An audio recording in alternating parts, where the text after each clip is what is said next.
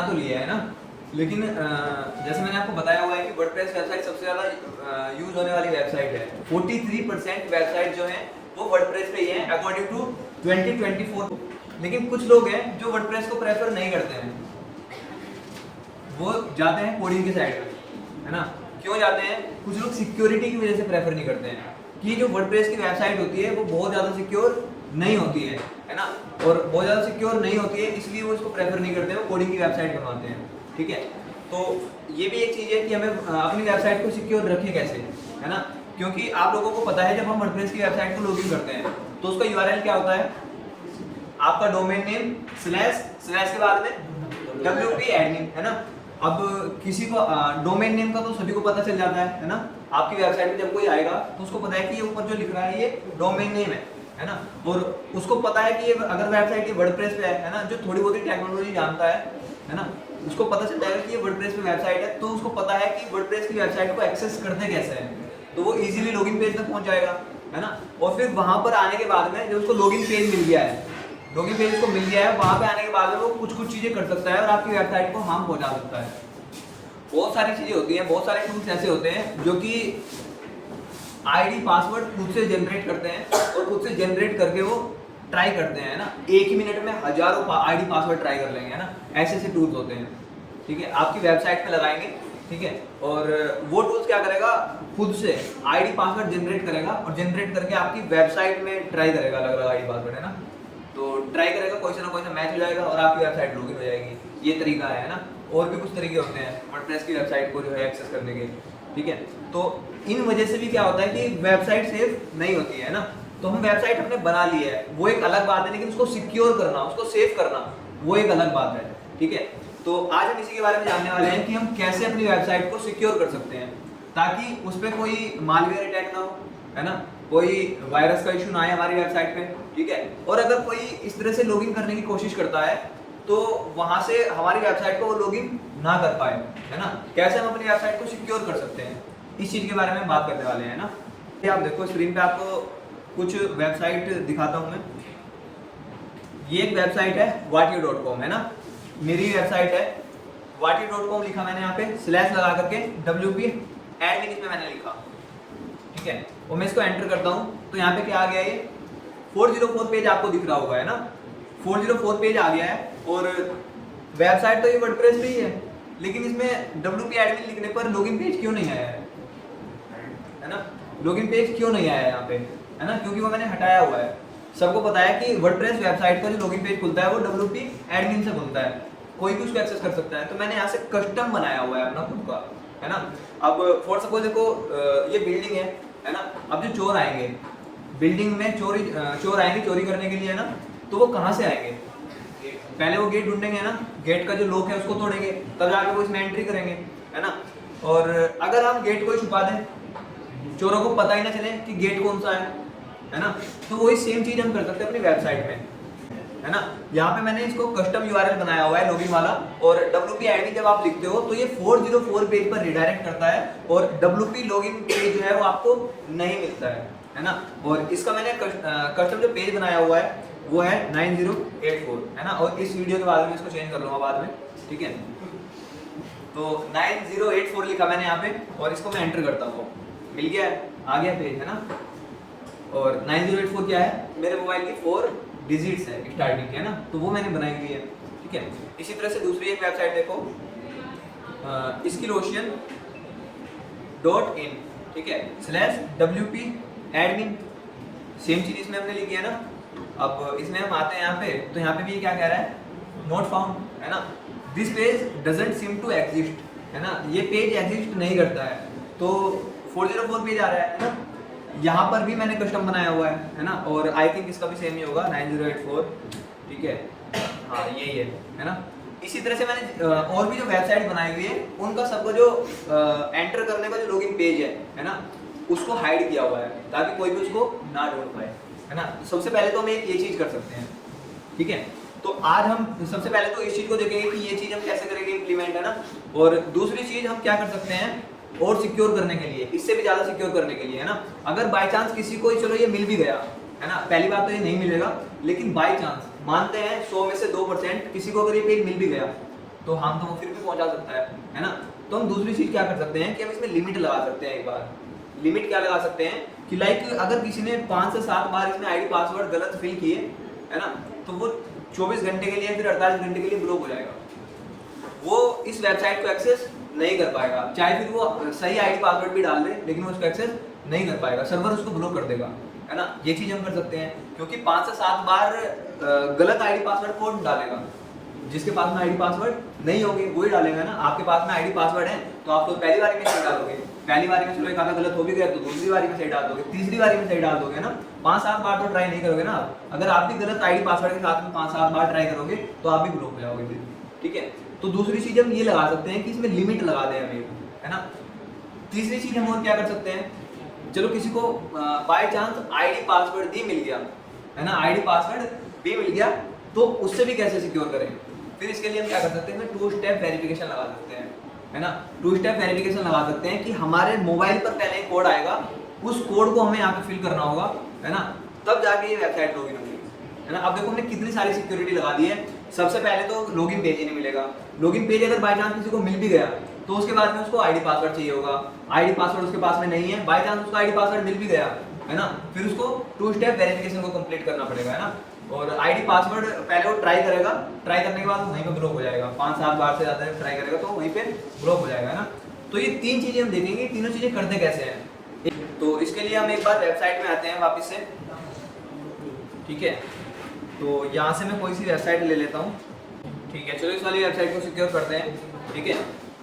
ये रिसेंटली मैंने वेबसाइट तैयार की थी ये वाली, डिजिटल भी है ना। तो ये हमारी वेबसाइट है ना, और इस वेबसाइट को हमें सिक्योर करना है ना। तो इसमें देखते हैं हम इसको कैसे सिक्योर करेंगे, ठीक है। तो यहाँ पे मैंने लिखा डोमेन के आगे WP एडमिन, और WP एडमिन लिखने के बाद यहाँ पे लॉगिन पेज आ गया है ना। तो ये हमें हाइड करना है यहाँ से, तो मैं इसको लॉगिन कर लेता हूँ यहीं से, WP एडमिन होस्टिंगर से लॉगिन कर लेता हूँ उसको मैं एक बार।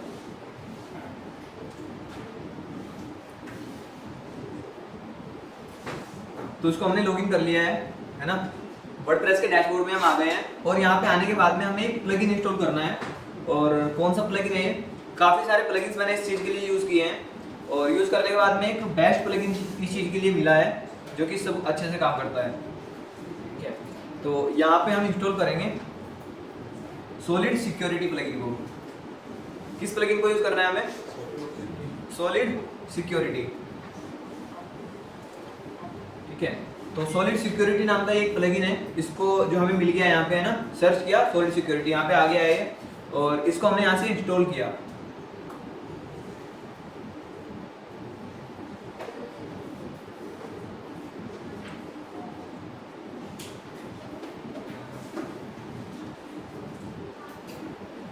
ठीक है, देखो सॉलिड सिक्योरिटी प्लगइन यहाँ पे इंस्टॉल हो चुका है। तो हमारे प्लगइन सारे सेक्शन में ये ऐड होकर के आ चुका है ना, और हमने इसको एक्टिवेट भी कर लिया है। अब जब हमने इसको एक्टिवेट किया तो एक्टिवेट करने के बाद में यहाँ पे लेफ्ट साइड में जहाँ पे सारे ऑप्शंस हमें मिलते हैं ना, सॉलिड सिक्योरिटी का एक ऑप्शन यहाँ पे ऐड हो चुका है, ठीक है।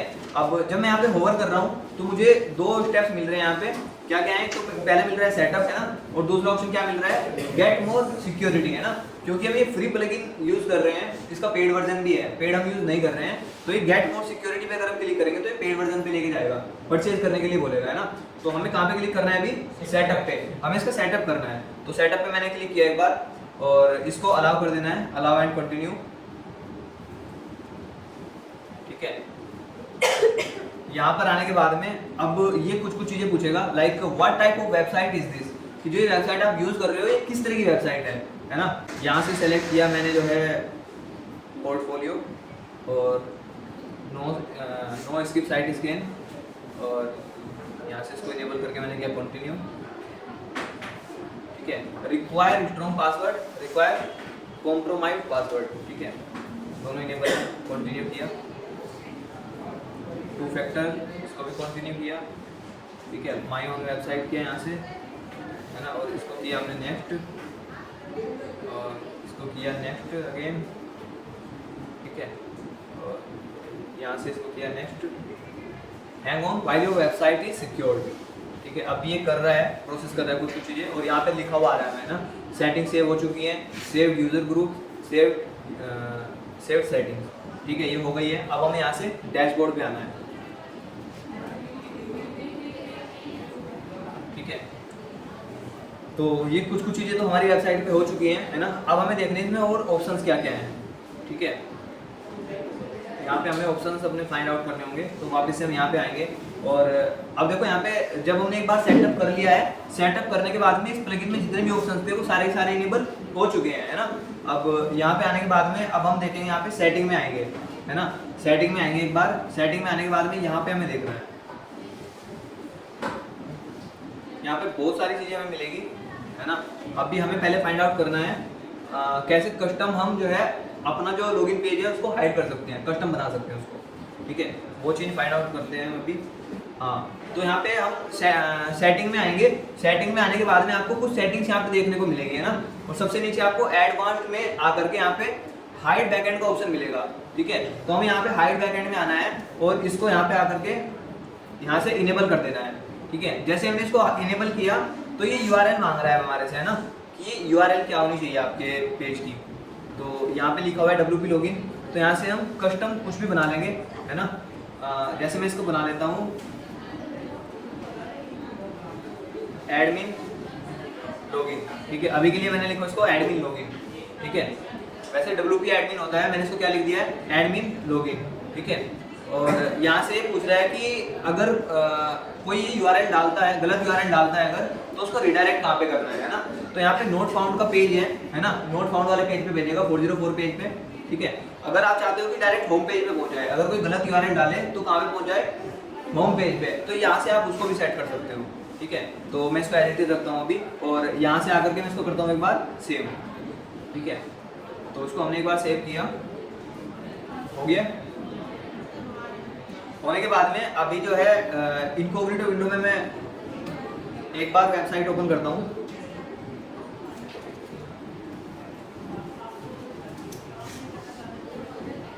ठीक है। और यहाँ पे लिखता हूँ WP एडमिन, ठीक है। तो इसने हमें कौन से पेज पे भेज दिया है, अभी नोट फाउंड पे भेज दिया है ना। नोट फाउंड की जो पेज आप फाइंड आउट करना चाह रहे हैं वो यहाँ पे अवेलेबल नहीं है, नोट फाउंड पे भेज दिया इसने, है ना। और अभी जो हमने बनाया था वो डालते हैं यहाँ पे। हमने क्या बनाया था,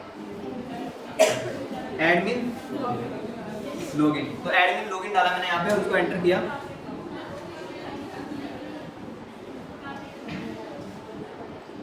अब यहाँ पे हमारा लॉगिन पेज आ चुका है ना। जो कस्टम हमने लॉगिन पेज बनाया था वो बन चुका है हमारा, है ना।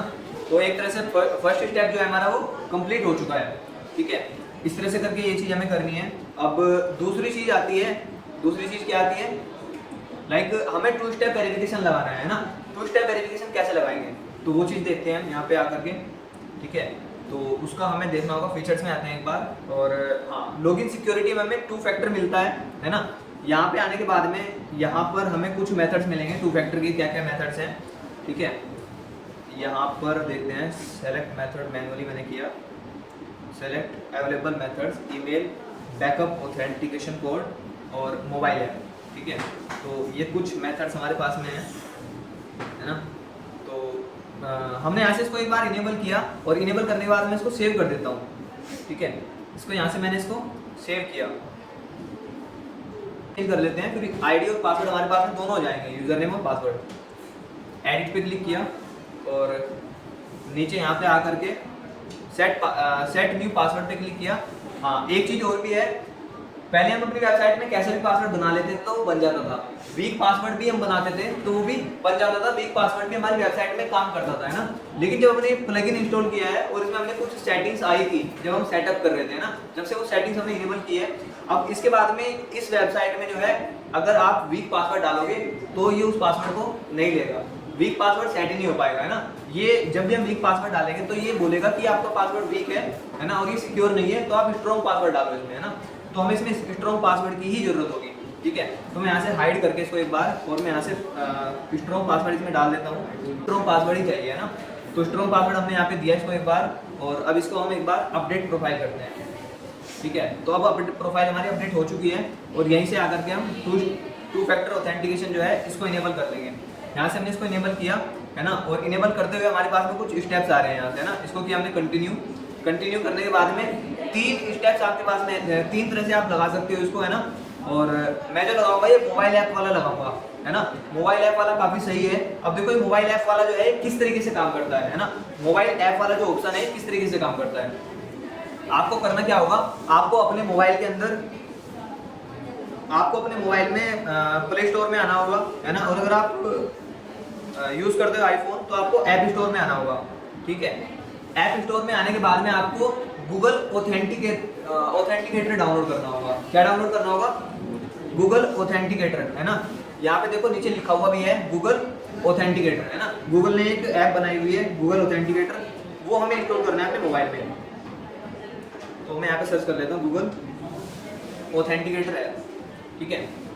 हाँ, अब जैसे मैंने सर्च किया तो देखो यहाँ पे मेरे मोबाइल में गूगल की ऑथेंटिकेटर ऐप आ चुकी है ना, गूगल ऑथेंटिकेटर। तो ये इसमें मैंने गेट पे क्लिक किया और मैं इसको इंस्टॉल कर लेता हूँ एक बार मोबाइल में, ठीक है। हाँ, तो अभी जो ये गूगल की ऑथेंटिकेटर है ये ऐप मेरे मोबाइल में डाउनलोड होनी शुरू हो चुकी है ना। और लाइक जो 2 वेबसाइट थी जो मैंने पहले की हुई है ना, उनका ऑथेंटिकेटर जो है वो दूसरे मोबाइल में है। तो इस वाले मोबाइल में एप्लीकेशन नहीं थी तो ये इंस्टॉल कर लिया मैंने। और करने के बाद में इसको गेट स्टार्टेड पे मैंने क्लिक किया, है ना। और यहाँ पे कह रहा है वेलकम टू गूगल ऑथेंटिकेटर और कंटिन्यू एज अनंत। तो मेरी जो मेल आईडी है उसी के साथ मैं यहाँ पे कंटिन्यू कर रहा हूँ इसको। और जो मेरी पहली जो वेबसाइट्स हैं वो भी यहाँ पे आ चुकी हैं, उनके जो पासवर्ड्स हैं वो यहाँ पे आ चुके हैं, है ना। तो लाइक वाटियो वाला है तो वाटियो वाले का ये है, राजस्थान लॉ इंस्टीट्यूट का ये है, डिज्नीलैंड का ये है ना। सारे के सारे पहली वेबसाइट के जो मेरे पासवर्ड थे वो यहाँ पे आ चुके हैं। और यहाँ पे आपको एक चीज दिख रही होगी कि यहाँ पे एक टाइम चल रहा है ना। जैसे ये टाइम खत्म होगा तो ये सारे के सारे पासवर्ड चेंज हो जाएंगे, है ना। ये खत्म होने को चेंज हो गए सारे के सारे, है ना। अब ये रियल टाइम चेंज होते हैं यहाँ पे सारे के सारे पासवर्ड जितने भी है ना। जैसे हम वेबसाइट को जब लॉगिन करेंगे वहाँ पे वो कोड मांगेगा हमसे, है ना। तो हमारी वेबसाइट का जो कोड है यहाँ से जो हम वेबसाइट सेट करेंगे वो कोड जिस टाइम पे यहाँ पे जो कोड होगा वही कोड हमें यहाँ पे डालना होगा, है ना। अगर कोड हमने गलत डाला तो वेबसाइट लॉगिन नहीं होगी, है ना। या फिर यहाँ से कोड ये कुछ टाइम बाद चेंज हो जाएगा। जैसे ये चेंज हुआ, अभी देखो चेंज होने वाला है, बस प्रोसेस खत्म हुई है, चेंज हो गया। अब हम पहले वाला जो कोड था अब उसको वेबसाइट में डालेंगे तो भी ये काम नहीं करेगा, है ना। ये कोड चेंज होते रहते हैं लगभग कितना 20 से 30 सेकंड में। हर 20 से 30 सेकंड में एक न्यू कोड जनरेट होता है ना। इतना सिक्योर सिस्टम है, ठीक है। तो यहाँ पे मैं ऐड करता हूँ अपनी वेबसाइट को, है ना। और यहाँ पे आ रहा है स्कैन है QR कोड, तो यहाँ से स्कैन है QR कोड पे मैंने क्लिक किया और उसको अलाउ किया। और अलाउ करने के बाद में यहाँ पे जो है स्क्रीन पे मोबाइल ऐप का जो ऑप्शन है इसको मुझे इनेबल करना है ना। ये पूछ रहा है आपके पास कौन सा मोबाइल है, तो मैंने यहाँ पे iOS है तो iOS पे क्लिक किया हुआ है ना। और यहाँ पे मेरे पास में QR कोड आ चुका है ना। और मोबाइल में मैंने स्कैन वाला जो ऑप्शन था उस पर क्लिक करके इसको स्कैनर को इनेबल कर लिया है ना। तो यहाँ से मैं इसको स्कैन करता हूँ एक बार, और इसको मैंने स्कैन किया, है ना। हाँ, और स्कैन होने के बाद में यहाँ पे एक फील्ड और ऐड हो चुकी है ना। और यहाँ पे सबसे नीचे आ गया है डिजिटल विद अनंत, ठीक है। ये आ चुका है, इसका भी पासवर्ड यहाँ से सेट हो चुका है, ठीक है। ये मोबाइल से आप लोगों को कर लेना है, करने के बाद में इसको कंटिन्यू करना है ना। अब ये मांग रहा है ऑथेंटिकेशन कोड, है ना। और ये ऑथेंटिकेशन कोड हमें कहाँ से मिलेगा, हमारी एप्लीकेशन से मिलेगा, है ना। गूगल ऑथेंटिकेटर जो एप्लीकेशन है इससे मिलेगा। और इसमें हर 30 सेकंड बाद चेंज होता रहता है ना। अब देखो जैसे चेंज हो चुका है, अब इसका जो कोड है क्या है 629362। अब ये मैं यहाँ पे डालता हूँ 629362, है ना। और इसको वेरीफाई किया हमने, ठीक है। और अब ये इनेबल हो चुका है ना। इनेबल